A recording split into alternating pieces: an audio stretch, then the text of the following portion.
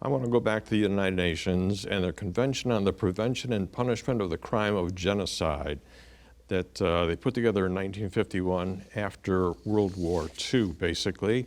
And one of the key elements of committing genocide was the intent had to be shown or proved by the group that was committing the crimes.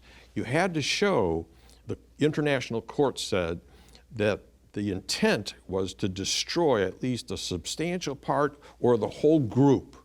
And in defense of Israel, how did they defend themselves against the intent of trying to commit genocide against the Palestinians? Well, you've rightly pointed out the intent is the key.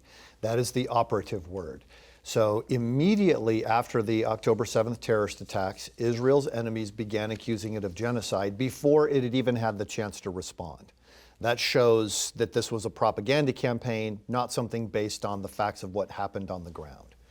But then, did Israel have the intent of killing all Gazans? That's the real question. Yeah, let me give you a couple of statistics that'll help you out, and I want you to roll with it, okay? The fact is that part of the way that they wanted to prove intent was they were saying that the Israelis were starving the Gazans. The fact is, research has been done, and it shows that Israel opened a dozen bakeries that produced 2 million loaves of bread a day for the Palestinians.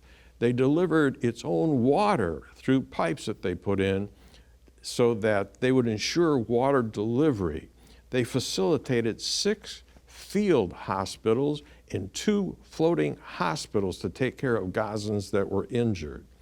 They distributed tents, winter equipment, fuel, cooking gas, yet they've been accused of starving the Gazans. And I want to know, what's the proof for that when they allowed 50% of the fields for agriculture, besides giving them all this food, they left 50% of the fields for agriculture for the Gazans to harvest their own food. That's right.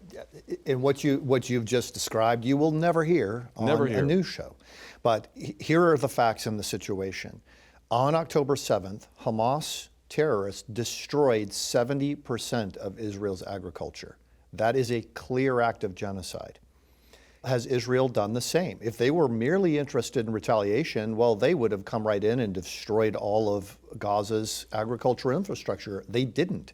Some has been destroyed in the case of the war, but 75% remains intact. And to date, 500,000 tons of food aid have been delivered through Israel to the Gazans. That is enough to meet 50% of the calorie needs of every single person living in Gaza. If you take that 50% and you add it to the 75% of agricultural production that's still intact, 125% of Gaza's food needs should be met. Why aren't they being met? And the answer is that Hamas intercepts these shipments. Yeah. American taxpayers need to know that they spent $200 million building a pier to deliver food aid from ships into Gaza, and that food aid didn't get to the Gazans. Why? Because there were enough Hamas fighters left to come in, steal every truck, take all of the food, so they could control the distribution. What is going on?